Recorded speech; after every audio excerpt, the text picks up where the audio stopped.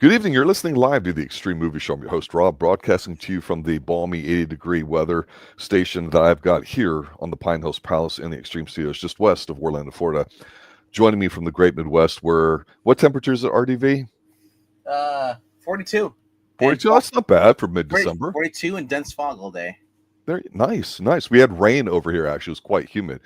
Obviously, RDV is joining me, ladies and gentlemen, as you guys file in the chat because RDV, this is our poll question, and it was won. And what we're reviewing tonight is Rudolph the Red-Nosed Reindeer from, I believe it's 1964, Rankin Bass with Burl Ives and all this stuff. And I got to tell you, RDV, back in the 70s, you couldn't stop CBS when it came to like Charlie Brown and after-school specials and all that crap as a kid. I love this. I think there's a lot to this Rudolph that you can unpack at the adult level that's not just a kid's thing. It's one of the first Christmas specials that I've watched, and outside of, say, a Charlie Brown Christmas or anything Charlie Brown, it's one of my more favorite actual Christmas type things, or holiday ones there too. I think it hits a lot on personality and how human beings are, and I could be reading too much into it. However, I will tell you, this was a very hot topic when I got into college. Everybody was talking about what it means to be a Republican, a Democrat, Libertarian, conservative, liberal, whatever you want to call it. Wonderful thing. And I will say this as we go forward, there's going to be a lot of things in here scene-wise that we can talk about. I'm sure the audience will have certain things they want to pick out that we'll discuss. When did you first see this? What was it like for you? Oh, for when I first saw this movie, when I was little, probably around somewhere in the 90s. So probably around like 93 or 92, somewhere. I had to be younger than 10. Yep. So when I saw this, I watched it on TV. Remember they used to air these on CBS? All the time. Right. Actually, no. Was this on ABC by the 90s, or is it still on CBS? You know what? I don't really know off the top of my head, and you're right. But it's one of those things where you knew it was going to be on at least once, just like Charlie Brown. So you were going to see it all, right? I watched all of it.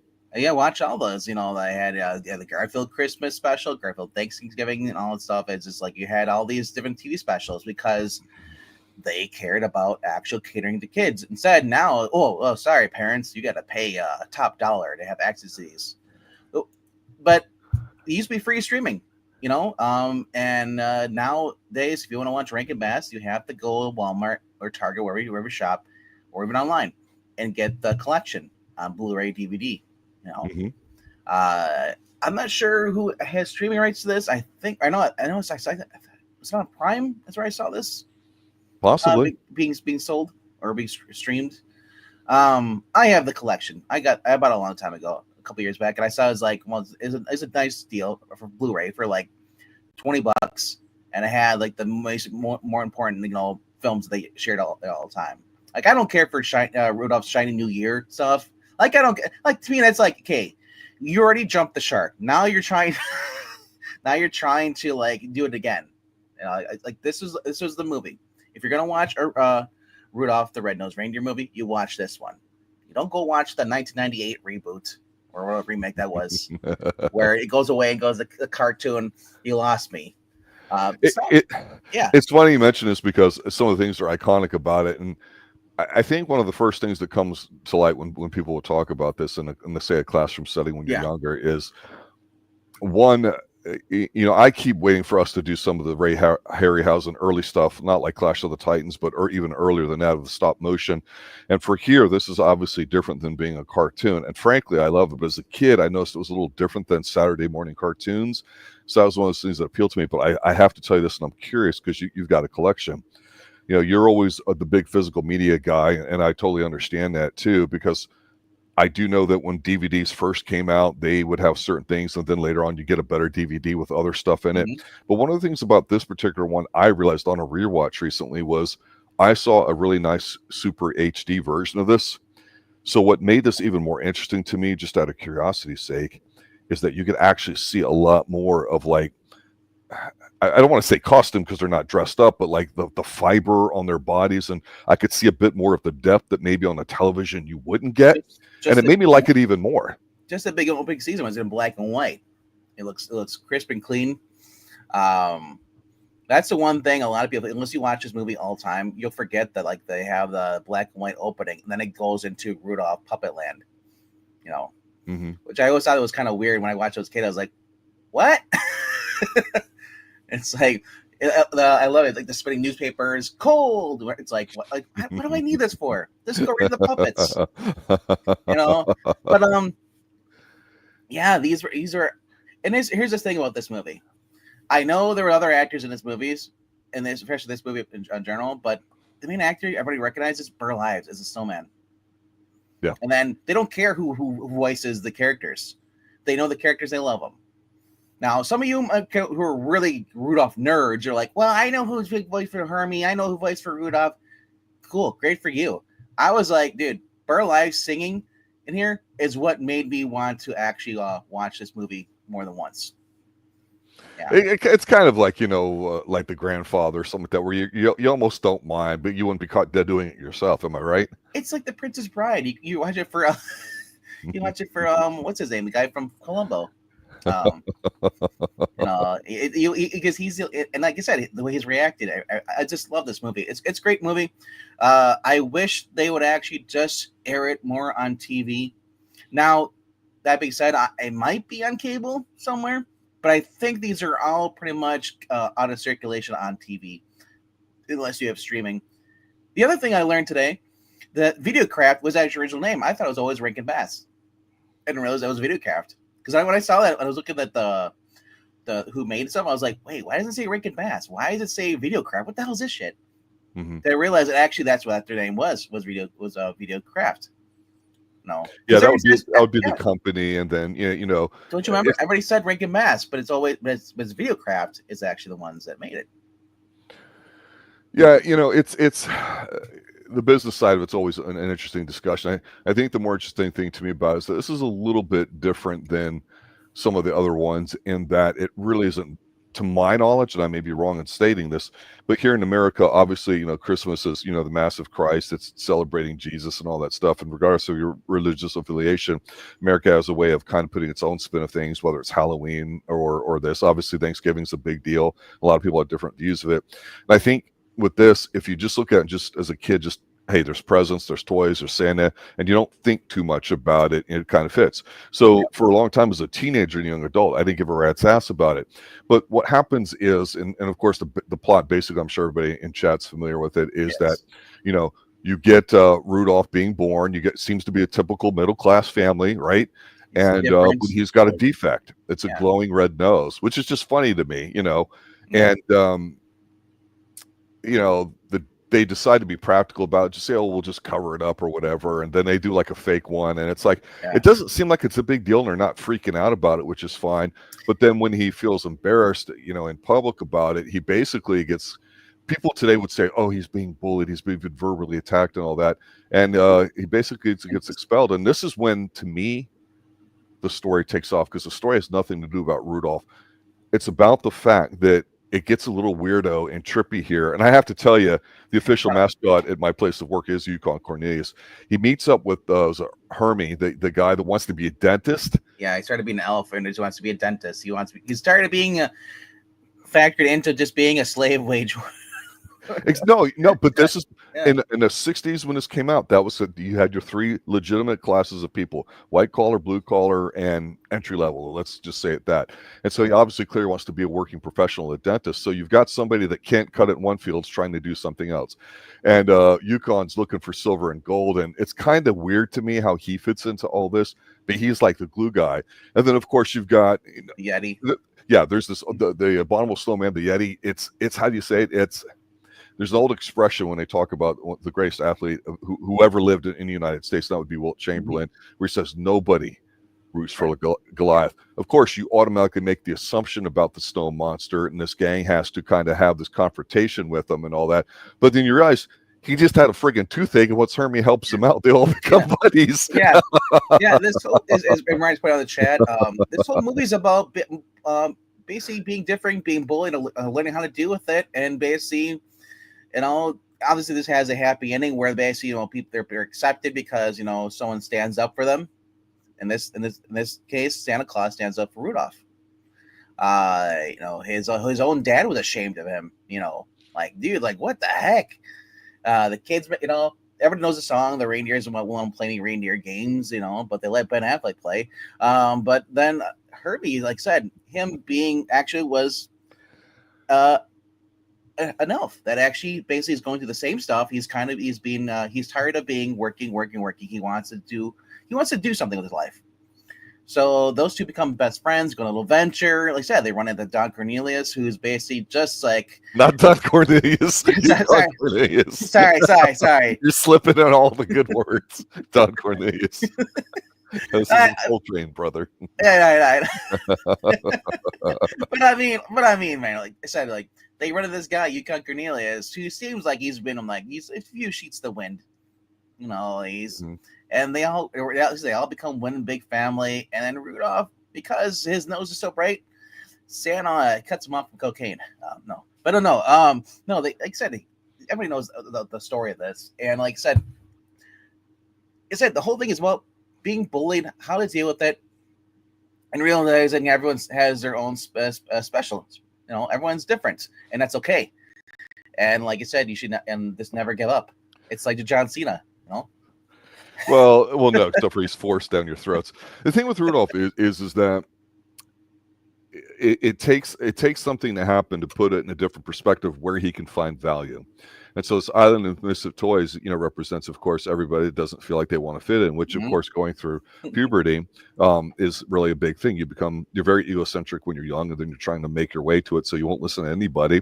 And then you probably don't listen to anybody until you realize when you're a little bit older and mature and go, hey, what? If I need something out of life, no matter how hard to work, how smart I am, or what profession I'm in, I'm going to need to work interface with other people. And I don't have to like it, don't have to love it, don't have to like them, but it's got to work.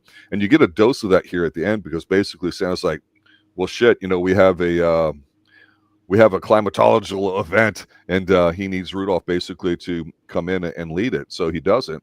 And I thought this would have been a great negotiating time for Rudolph. I think they wanted to leave this kid friendly because, hey, obviously you got value, make it worth it, right? But the thing is somebody did like him when he was normal, and that was what, Clarice, the female? Yes, he actually finds someone that actually loves him. Yeah, for who he is. Yeah, not his just a even special Hermie release. gets a girlfriend, doesn't he? I believe at the end. Or at least has a girl that likes him. Well, he's a bit swishy acting, if you ask me. So I don't really want to Hermie's say a player. about it. Well, it's so different and trippy than other things. The only other comic that comes close to doing this, honestly, is Charlie Brown. When I say comic, I mean that you would see on television. I don't mean comic strips, because I think a close second to Charlie Brown would be Calvin and Hobbes, and everything else would be third. Well, this wasn't a comic. This was. I know, but Charlie Brown being a comic, and then did animation specials and all that too. Yeah, they were super popular. And so, to me, I think it's interesting because this isn't necessarily about presents. It's not about Christmas. It's like when we talked about the shop around the corner last week here on the Extreme Movie Show. We said Christmas is really the setting, and Christmas is represented by how much people feel stressed out and everything that's going on. But it's really a love story, right? This one to me is more of like a coming of age, finding value story. It's not so much, oh, everybody loves me, everything has to be perfect. And so, you could argue if it's a Christmas special or not, but I really do appreciate in it the philosophical bent that they put to it, because it is a life lesson. If you just grow up and just thinking everybody's exactly the same, and everyone's going to do whatever, and life is going to happen to you, and that's it, that's fine. But I think Rudolph gets a sense of early on, shit, I need to make things work. I need to go out and forge my own identity. I think that's very empowering, especially for a young man or really young people, because he could have been a dick at the end, like a lot of people think, and I think he'd been totally in his right to say, hey, Santa, all you guys, this is we're going to change it from Christmas to Rudolph Miss or something, because all you fuckers owe me if I'm going to help you out. And he doesn't do it, whatever, because he's happy enough. But it's amazing because the way his parents treat him early on, they're firm, they're very strict. The mother dotes him, but the father's strict. Yeah, and so that it's the old classical 2 generations ago. The father is the discipline of the household. It's like Archie and his parents. Right, and we've seen this change. We've talked about this here on Extreme Movie Show in the 80s, how things were certainly different, and then in the 90s, and just different themes that have come on, and even in the 70s with everything that we've covered, that how we've seen social things change. And that's one thing I love about when they do cartoons, is that there's the adult element in it. Then when you're young, you just go, oh, it's cute, there's different toys. Where's this going? It's different. And in this case, I think different works really well, actually. So if this isn't a Christmas movie, then neither is the Santa Claus. It's Tim Allen.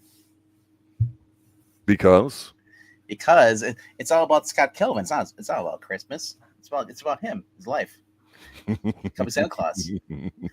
Yeah, very saying she watched Shop Around the Corner. That's cool. Yeah, I liked it too. I was surprised it was the first watch for me. Yeah.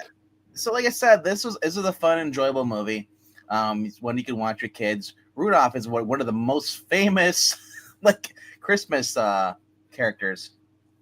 Even though it's technically it takes place during Christmas, he ends up joining Santa Claus on Christmas Eve to go help deliver toys and stuff. But you said it's Christmas setting, and that's all that matters to me. It doesn't.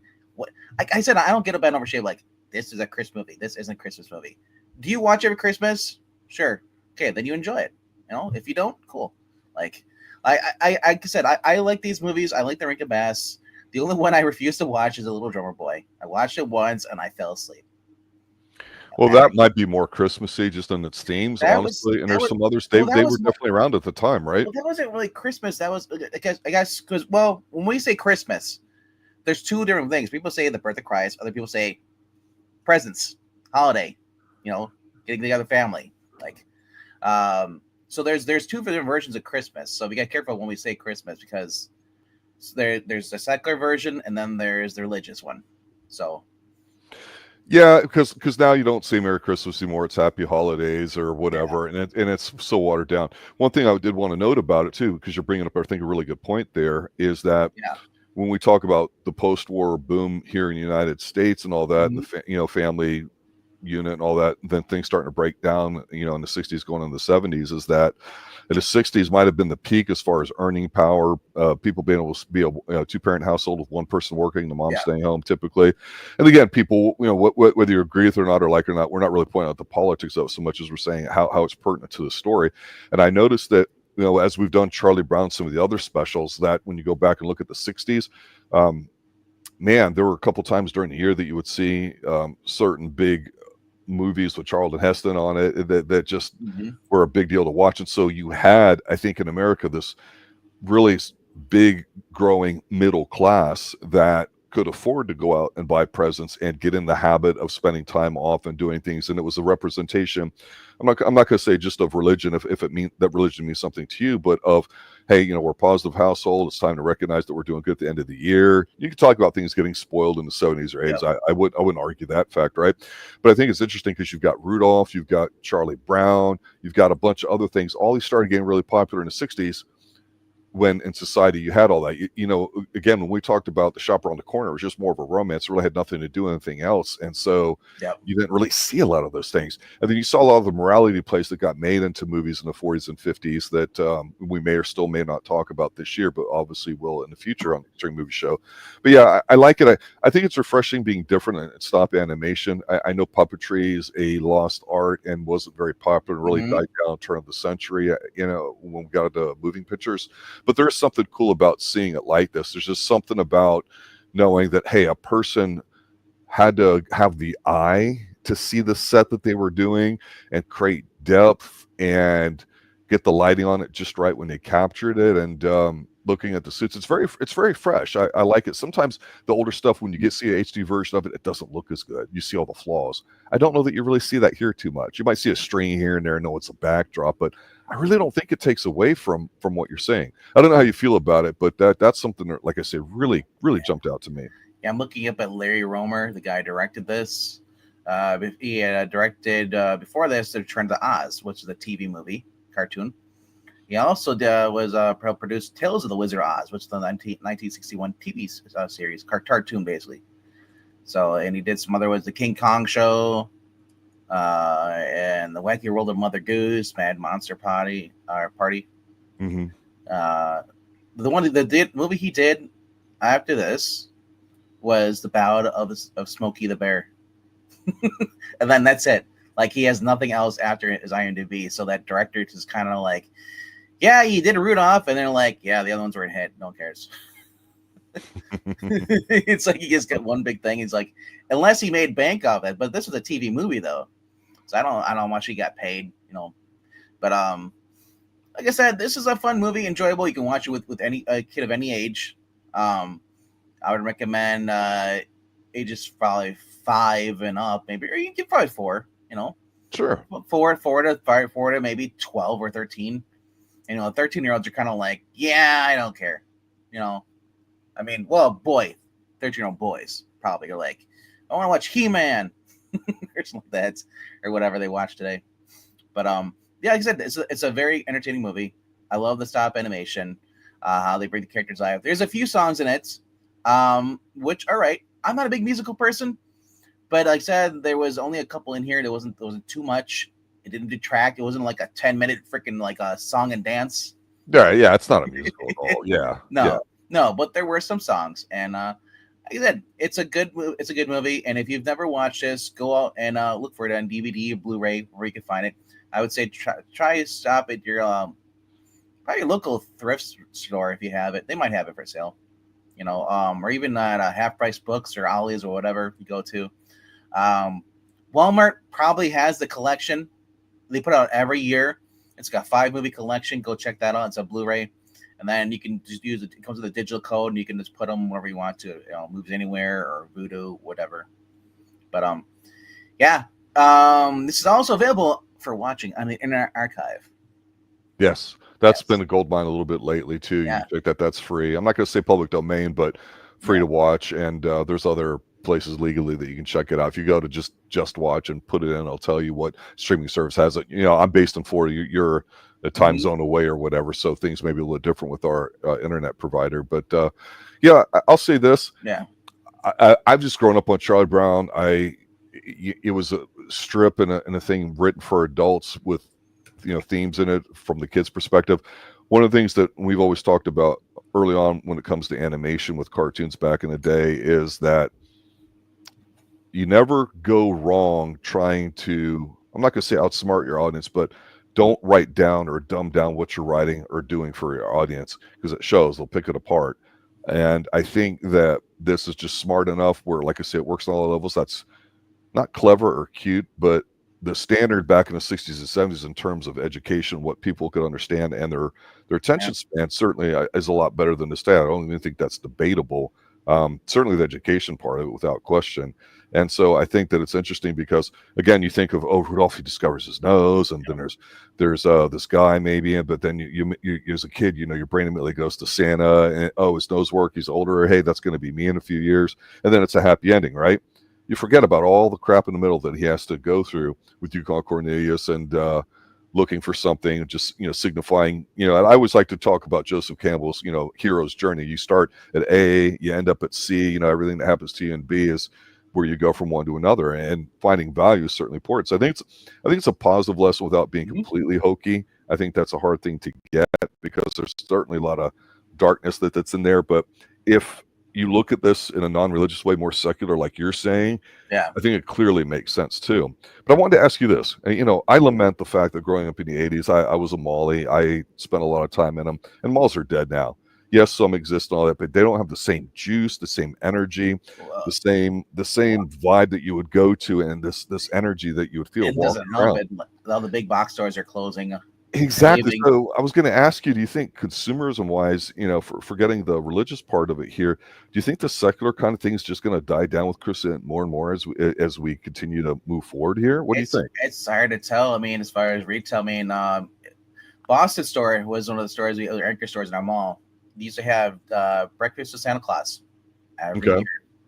Boston store has been gone out of my mall on a business for how many years now? Mm-hmm. Yeah. Big company, big box store.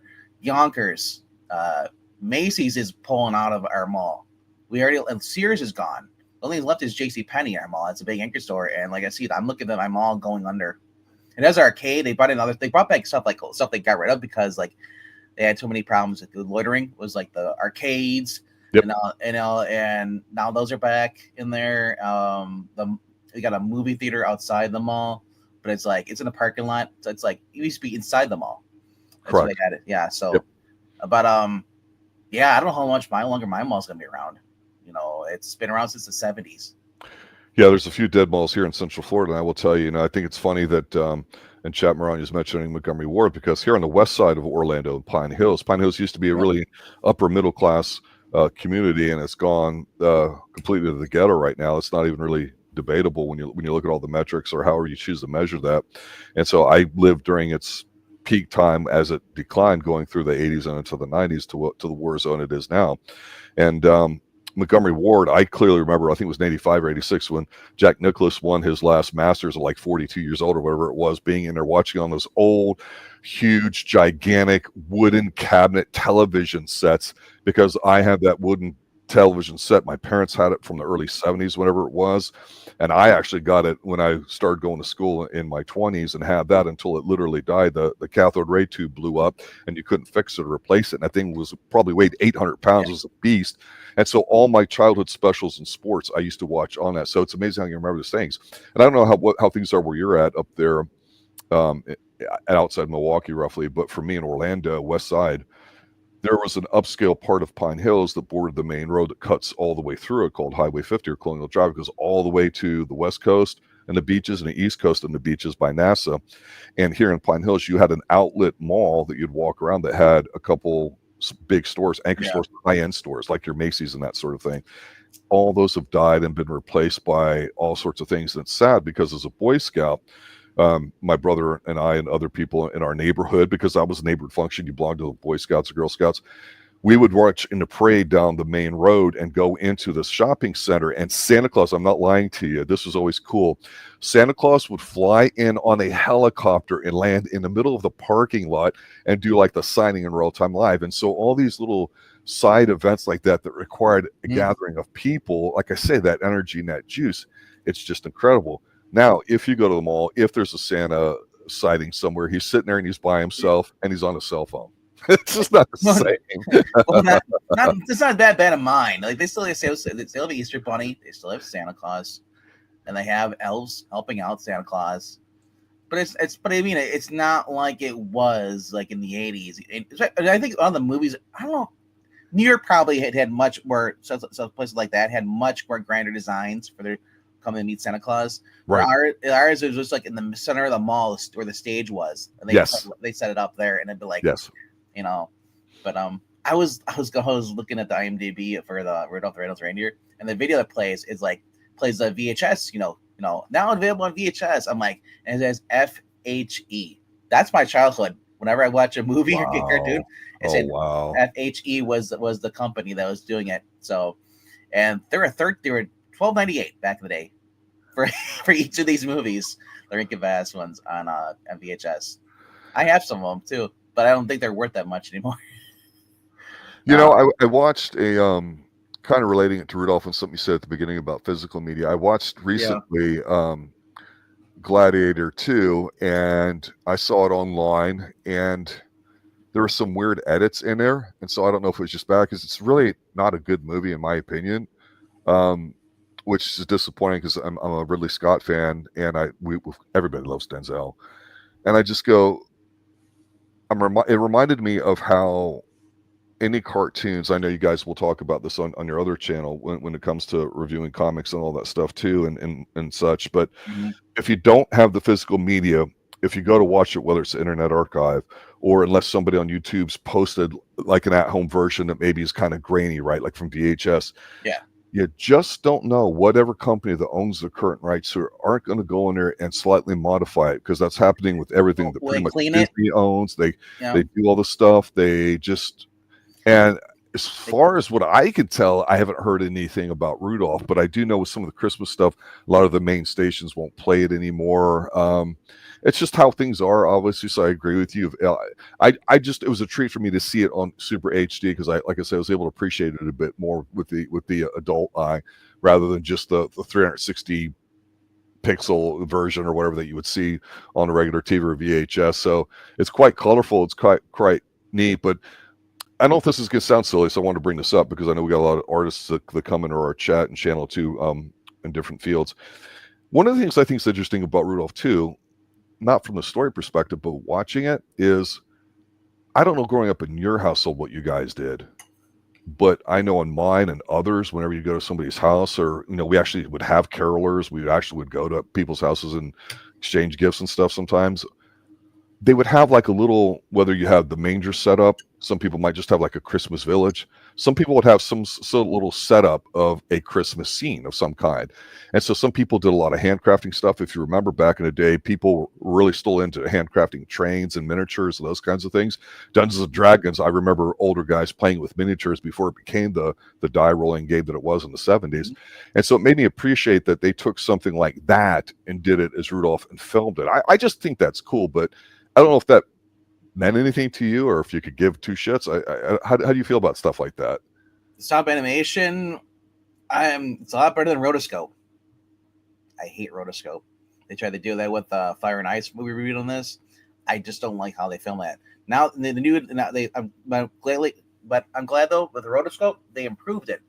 So now when they actually, it's not Rotoscope anymore. It's they use it for video games. It's a different word than Rotoscope, but it's supposed to be a much more advanced version of it. But stop animation is great. Mad TV would do it when they made fun of the Rudolph stuff.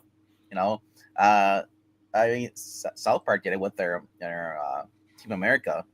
Like it is something that is no longer around anymore. So you got to appreciate these. And like I said, like stuff like the old stuff in the 60s and just watching videos that are popping up and talking about whatever happened to the stop animation puppets, right? And it's like you're almost drawn to cease to watch them because you're like, oh man, they didn't get thrown away, destroyed, neglected, because that's what a lot of movie props are. Yeah. And so yeah, it's like I appreciate what they did here, because cartoons was kind of like they you could do stuff, but this was I love Rankin Bass because they said, you know what, we're gonna make a name for ourselves. We're gonna be, whether people like us or not, we're gonna be separate from everyone else. Everyone's gonna talk about us because we're not gonna be cartoons. We're gonna be stop animation puppets, which is great. And honestly, that's why I do appreciate them more for this, because there isn't anyone else doing this that I've seen.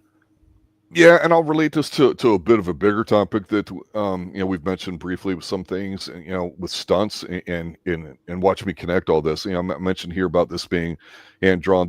There's a certain artistry and sense of magic in knowing that a human being pretty much created this, and by this meant measured it, cut it, colored it, and all that. And using some of the discussion we have in the chat about Gladiator 2, the CGI in it's horrible, and while the set pieces look great, the CGI stupid ass shit in there, like the man-eating sharks in one of the battles, is just so lame. The baboons were just not good. I know there was CGI in the first one, right? Probably because it was the lines, whatever. But at least it somewhat looked a little bit more realistic, I guess. I don't know. But here, actually, it's like we're just gonna slap some stuff together, and that's it. And it's crap. And Russell Crowe actually fought the lions. Russell Crowe's the man. He needs to be Santa before he dies. And now that Mel Gibson's done it, but right? CGI, if you don't do it right or tastefully or whatever, it really ruins it, because you definitely can see the classic scenes, like the trailer for the Scar movie. What is it? Damn it, the one with, it's a good story actually. Scar, Simba, that one. The Lion second King? one, yes, The Lion King 2, right? I saw the trailer for that recently too, and I was like, it looks awful because you see the people in the foreground, and then you see the CGI background to it, and it's just so damn distracting. It's like it's a joke. Here at this level, everything is the same, so it all kind of melts together, and you can get lost watching it.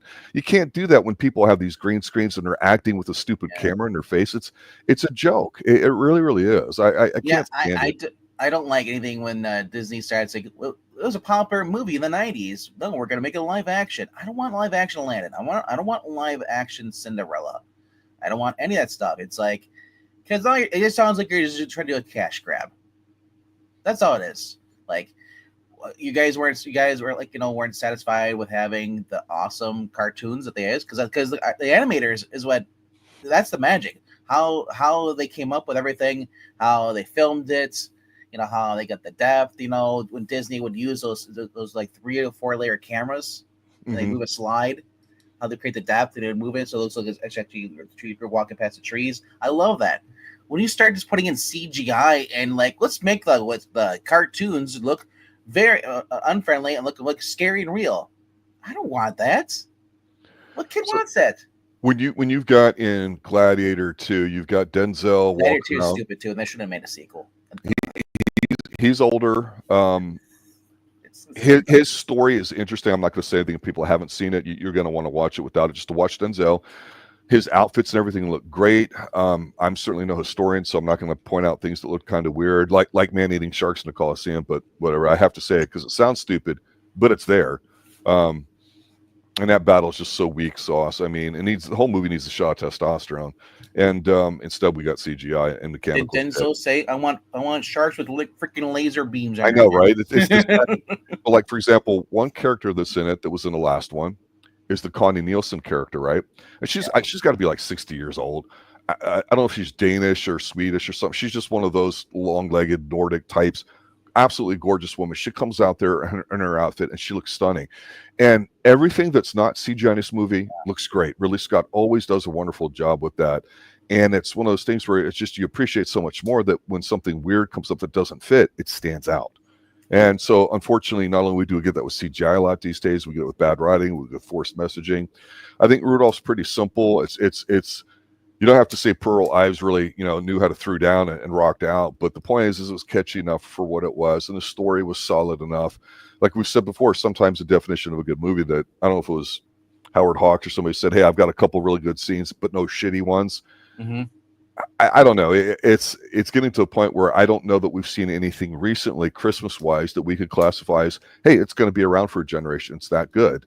It's just we've had silly stuff, we've had dumb stuff, we've had whatever stuff, and they call it a Christmas movie. And there's the annual yearly tradition of saying, well, Die Hard's a Christmas movie and all this. And it goes back to what you said at the beginning. There's the religious version, and then there's really everything else. And if it's not really about Christ, it's not a Christmas movie.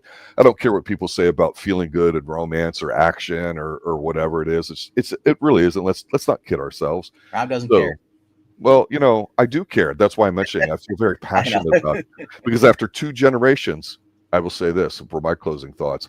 I think Rudolph's still one of the better Christmas holiday type things out there. For some reason, it hasn't seemed like it's gotten old to me. How do you feel about that? Definitely. It's in the top 3. You got Frosty the Snowman, you have Santa Claus is coming to town, you have Rudolph. That's my big 3 for me.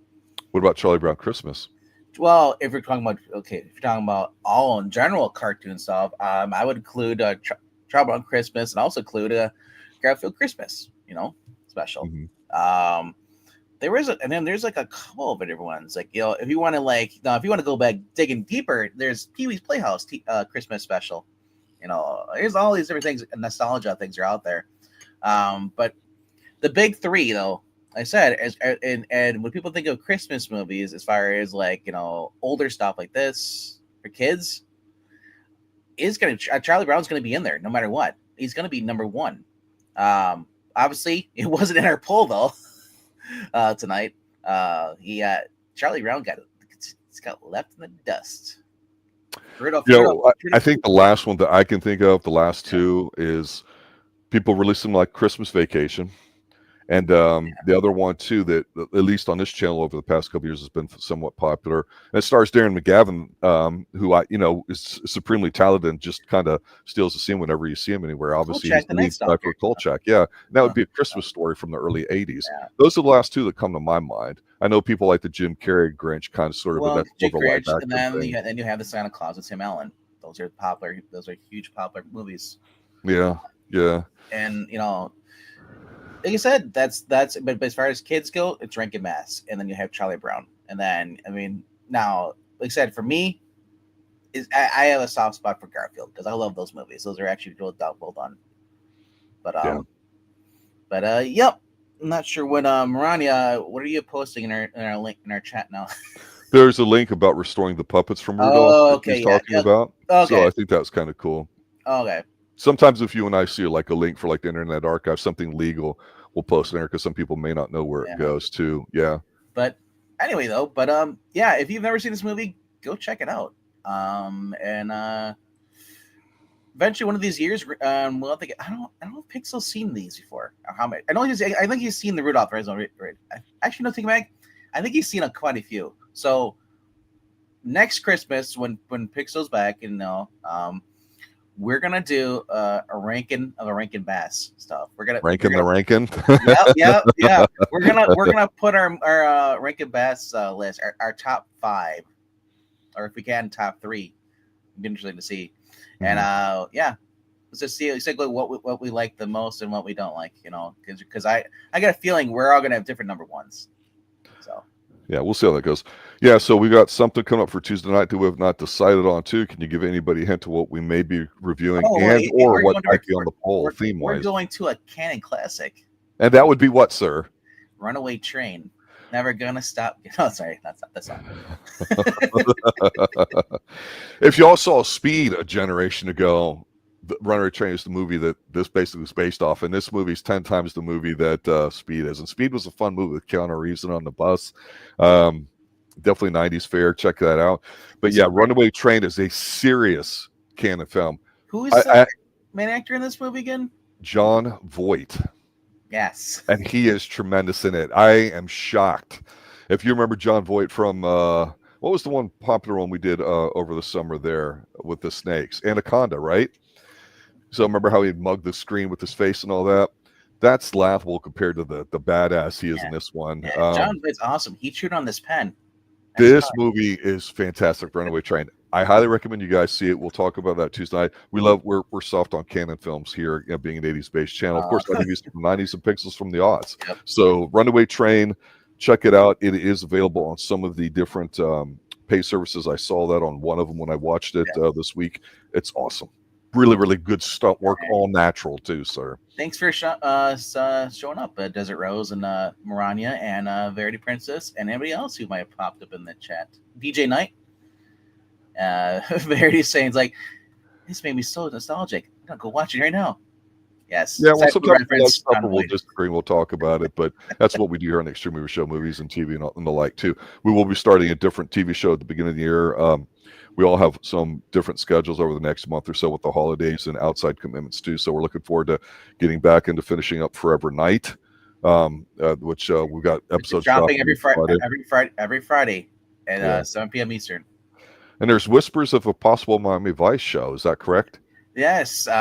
Just kind of putting it up to the end of Christmas. Probably it's going to start with a new year.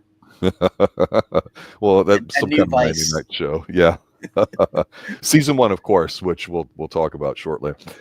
Yeah, guys, thanks for watching. Thanks for listening. Look for the new poll Tuesday. Until then, good night now.